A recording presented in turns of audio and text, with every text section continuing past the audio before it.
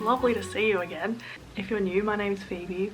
Welcome. I thought I would just make a Friday video today. Nothing too exciting is happening, but Fridays tend to be my favorite day, and it's turning out to be a day that I make a bit more of an effort. And maybe wear some new pieces in my wardrobe that aren't my go-tos. On that, I'm quite new to v-necks, especially v-necks with a turtleneck and a necklace. Who am I? And I'm feeling like a bit of a fraud. Like, I'm dressing like another woman. Not quite used to it yet. We'll just fake it till I make it, I suppose. Making videos at the moment hasn't felt as enjoyable or effortless or creatively fulfilling as it has in the past. I've been trying to think about why this is. There's lots of factors. There's like time and stress at the bottom. There's I've been doing this for like a long time now, and sort of continually redocumenting your life is well, it gets a bit old for your brain. And because I guess there's vulnerability in not like having a easy label of like what I'm doing at the moment. Like, I'm not a student, I'm not working full time. I mean, I guess I kind of am on this. And then another massive one is being in therapy and realizing that, not that my whole life's been a lie, but like shedding light on thought patterns I was blind to, or realizing that the faith I put in certain institutions or people or relationship like harm me in some way, how like your inner child's not being heard, just like all the humbling stuff that comes with therapy, and also how like my personality, how I speak even, my coping mechanisms, everything stems from somewhere that isn't entirely positive, which is, I'm trying hard to not think of it like that and just see it as being what is. And there's like beauty in being able to recognize that, and I've been doing a lot of writing recently and really figured out that I'm super drawn to like oddball, outcast, like societally deemed ugly or loser characters and stories, and I think I've always been drawn to that because I relate to that in some way, and I see myself reflected in that. But I also, like, don't get me wrong, have a very strong sense of self, and like I'm confident in that, but I think like unpacking all this has sort of challenged the confident side of me. It's like very comfortable in myself, and I felt a bit more like an unredeemable loser. So that's been interesting to sit with, but it's all good and it's all humbling. And but all of this just makes me sort of feel like I know nothing, and why would I pick up a camera and film what I have to say? Also, I'm so young. But anyway, I miss the editing and making these, so we're here, we're pressing on. Things I've been up to, I've been doing a lot of writing recently. As I said, I've been working on an anthology of food essays at the moment, which my creative mind is just loving that. It's popping off over there. So that's what I'm sort of directing a lot of my time to, as well as some behind the scenes HBOT projects. So things are happening even if videos aren't. The matter of finding time with Merlin and prioritizing making videos is just, yeah, it's just hard to fit in at the moment. I'm finding the book I've been reading, Eating with Your Mouth Open, has been incredible to sort of make me reflect about food writing in general, and just how there's no rules really. It's been really empowering in that so far, writing all these essays, I've sort of felt like, am I doing this right? And also, why would anyone read this? Like, what do I have to say in the grand scheme of things? It's an incredible book, part memoir, part food essays, and reflection on society from a Melbourne author. I really recommend it. I'll probably post something to Instagram about it, honestly. Probably one of my favourite books ever. But writing these essays has been good in that also, if I'm going to try and publish a cookbook, I really feel like I have to have something to say other than like, here, yum recipes. Like, have a bit more clarity in mind about how I think about food in a social, cultural, political way. And writing is a really effective way to get like clarity of mind about that and explore ideas. So it feels like a prep exercise for the cookbook that you've heard about for over a year. No, we're not over a year, but you've heard for a number of months. I am getting a little because I haven't really finished or published something apart from Gentle Foods. It's very valid and I'm proud of it, but I sort of like made that extremely quickly and sort of emotionally and content wise just poured out of me in a whoop quite easily, whereas all the other projects I have on the go are a bit more cerebral and challenging. So yeah, not lying when I say I'm a little bit anxious about like not having finished something in a while, but that thought is such a product of like the capitalist hustle culture world we live in, and there are so many other non-goal or finish line orientated things going on that I'm doing well, like therapy, and Merlin will be 6 months in a week.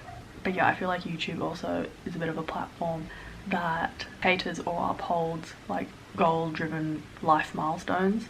Yeah, that's no secret. I'm gonna go thin some cornflower plants, which is a great metaphor for everything we've talked about. Stripping back the things you have on the go so that the few things grow to the best of their ability. And then what you saw this morning, I was playing around with a recipe for chocolate orange protein bites, and I think they will be stellar. And then I was also making like a smoked tofu chicken noodle soup thing for us and some friends as a thank you for lending me some stuff. So I'm gonna drop that off, gonna finish off an essay, write my Patreon Friday newsletter. I think I've got a parcel of some delicious stuff coming today, and enjoy having a bit more time to myself. Hope Merlin's behaving himself.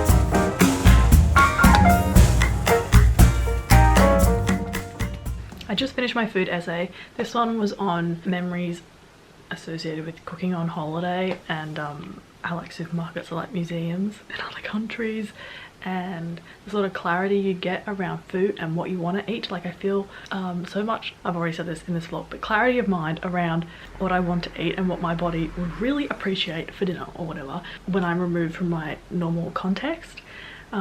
Because at home, living with other adults, everyone who has their own dietary preferences, schedules, the kitchen's generally not always tidy, I'm recipe developing, got a lot going on. It's very hard to be like, oh yeah, I'm really craving a burrito bowl or whatever, you know? So I was just enjoying that. I really need a necklace that's a bit shorter than this, and you can't make it shorter, so that's what we're dealing with. So that was nice, going into that part of my brain and getting a bit of escapism. Merlin just got back from his walk and he can barely keep his head up. He's so tired. He like got out of the car and was like, looks a bit drunk.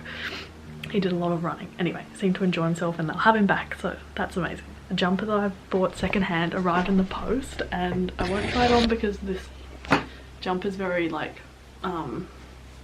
you know when two things are very thinly layered and they sort of stick to each other? I can't be bothered taking it off, putting it back on, but this couldn't look better. Look at the neck on this, and the knit, it doesn't have a brand on it, and it's like the perfect length. I love it. And the smell, wow, reminds me of a family member, like clear as day. I'm so happy with this.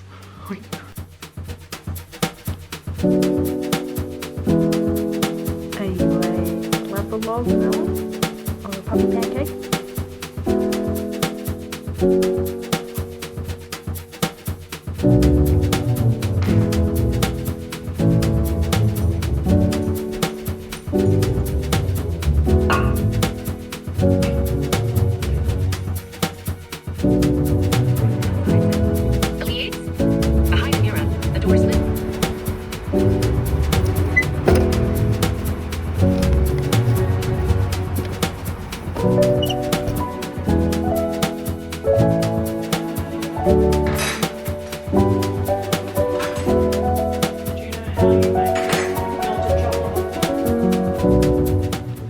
I just spent an embarrassing amount of time trying to get a nice pic of myself for tomorrow because it's Pansexual Visibility Day, and your gal has got ahead and been organised this year in writing days like that down, although I missed Earth Day yesterday, so taking pics of yourself is so hard, especially when it flips.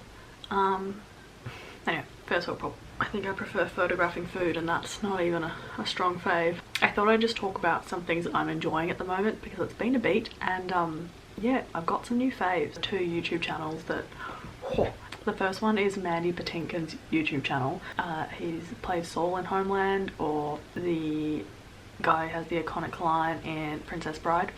He's a wholesome guy, and during lockdown he's been staying in sort of this cabin-y property that they have in upstate New York, I think, and his son Gideon, who I think is an actor, just does these like 1 to 3 minute videos of his parents who are quite like social, love to talk to people and connect with people like they're obviously affected by lockdown and not seeing other people for such a long period of time, and so it's like little arguments between them, or like random musings, or like Gideon will be doing interpretive dance for what it feels like to go back and socialize with people, or hey Ma, do you know what this pop culture reference is, or they just tell little stories. It feels very like OG YouTube because it's not edited, and it's really random, and it's so endearing, and it's really nice sort of escaping to their property and into their family dynamic. Would really recommend if you want like a little pick-me-up. The other YouTube channel I've been watching a lot of is Meg Josephson, who one of you recommended to me on Instagram.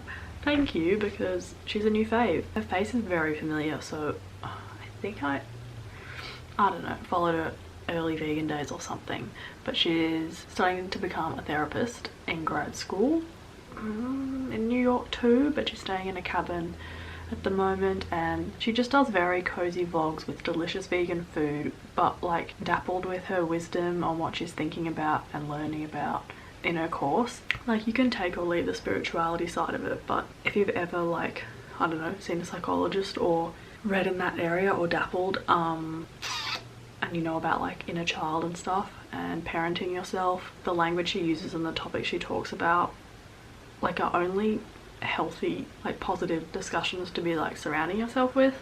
And one thing I've started doing since watching her videos is like taking some good deep breaths. I've just been breathing better, number one, but like deep breathing before eating, like that's such a beautiful practice we should all do and normalize. And she has a super cute dog and just a lovely radiant beam of sunshine, so I think you'd like it. The pajamas you saw me wearing this morning I actually made myself at a recent sewing class that I went to, the emphasis being on like recycled fabric, and yeah, I knew I wanted to make PJs, and they're like matching, which is such a decadent treat for me because I haven't had matching PJs ever, and they're like the perfect amount of warmth. They're not too tight, they are a bit baggy like in the top, but I prefer that over really tight things. And yeah, it's so special having really cute fabric PJs. I love like that floral on the main section. I love wearing things that are all the one colour, and I love wearing blue. I feel really cute in them. This month has been popping in terms of the reads. I talk about books more thoroughly in what I've read each month on my Patreon if you're interested. Thanks to the wonder of audiobooks, I'm zooming through my to read section on my bookshelf, which had a lot of novels, and I'm finding just fiction in my earbuds is like such a soothing tonic, and I probably definitely am like less like present, and it's probably a bit annoying for my family because, you know, it's like, yeah, what? But they really help me calm down. And 2 books I've read recently, which I've known the endings to, have been a real treat because I'm not like nervous about where the book's gonna go. So 2 audiobook recommendations which are just fabulous in audiobook form is Big Little Lies and The Queen's Gambit. The voices in Big Little Lies are done so well, from the kids right through to the adults. The Australian context, if you've watched the TV show, especially if you live in Australia and you have that sort of insight, it like adds a glorious extra layer to it. It's not exactly the same story. They sort of like reduce it down and then whack a different ending on in the series. So that's, I love like listening to the books after you've watched the television series or the movie. I know that's like not the right way to do it, but as a film and TV studies student, like it's so fascinating to see how they adapted a text into visual form. And then The Queen's Gambit, I think, really excels in an audiobook form because there are so many chess passages, which in the TV show it's just another form of action, and it's engrossing, and there's a soundtrack and more than just the chess to be fascinated by. But I feel if I read these chess passages I might get a bit lost, but similarly when someone is reading it to you, you just sort of get caught up in the tension of the game and competitiveness of Beth, and yeah, it's performed really, really well. Then a last recommendation is for a podcast that I'm still thinking about now. A friend recommended it to me. I can't remember what it's called exactly, but it's about Rookie magazine and dissecting what that did to the generation that lapped it up, which was me included. And it's like a really rough, ragged therapy session. They're very critical of it, and then like they're not at the end, but like they don't hold back. And I don't think I'd ever really allowed myself to be critical of Rookie magazine, and it's such like a release to be able to. My ego is probably like, because it's nice to blame things on how you turned out and the less great parts of yourself, but I won't go into it because not everyone would have grown up with Rookie mag. But one takeaway from it, which I think everyone would find interesting, is how they were talking about sort of capitalism and neoliberalism and individualism, sort of obsession with young prodigy type people.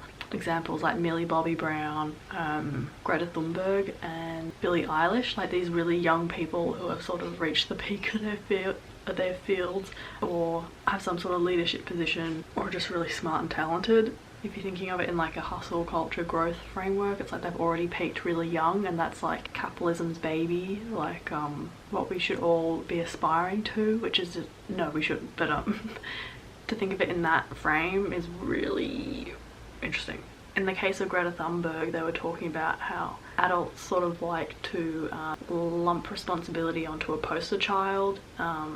You can see that throughout history, sort of shifts the blame, and like, I mean, it relates to the whole putting the faith in the next generation, when it's like the next generation can't solve it, the people in positions of power can solve it, so do the work, don't like be looking constantly to the next generation, because then it's not going to be fixed in the case of the climate emergency. I'm now going to write to my Friday newsletter for Patreon.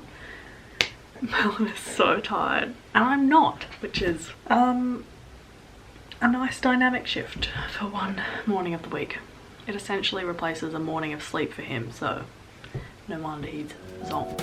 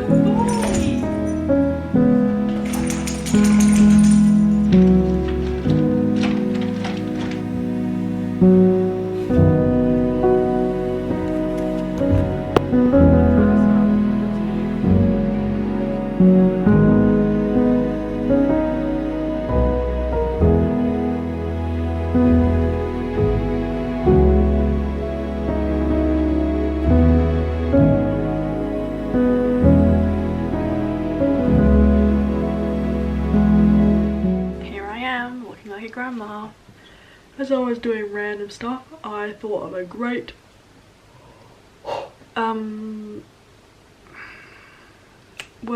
I thought of a great video idea for next week that I can integrate and I think would be fun to watch. So yay for inspiration. I've been noticing in the last couple of weeks, you know when you have light bulbs about your health, because it's like the temperature's definitely dropped now, a lot more people are having wood fires in their abodes, and up until like last winter I was like, they're so lovely because I've grown up with them, we have a fireplace, you know, it's like a hallmark of the season, and aesthetically like it's cozy, and all the arguments to like ban them in new houses, nah, like yeah, I'm noticing like my chest doesn't open as easily in the evenings when there's smoke around, so that's something to investigate. My camera battery's flashing. No. Thank you for watching. I really hope you have a lovely evening or day ahead when you're watching this, and you have some great food today. I really appreciate you being here, and I hope you enjoyed the video. Lots of love. See ya.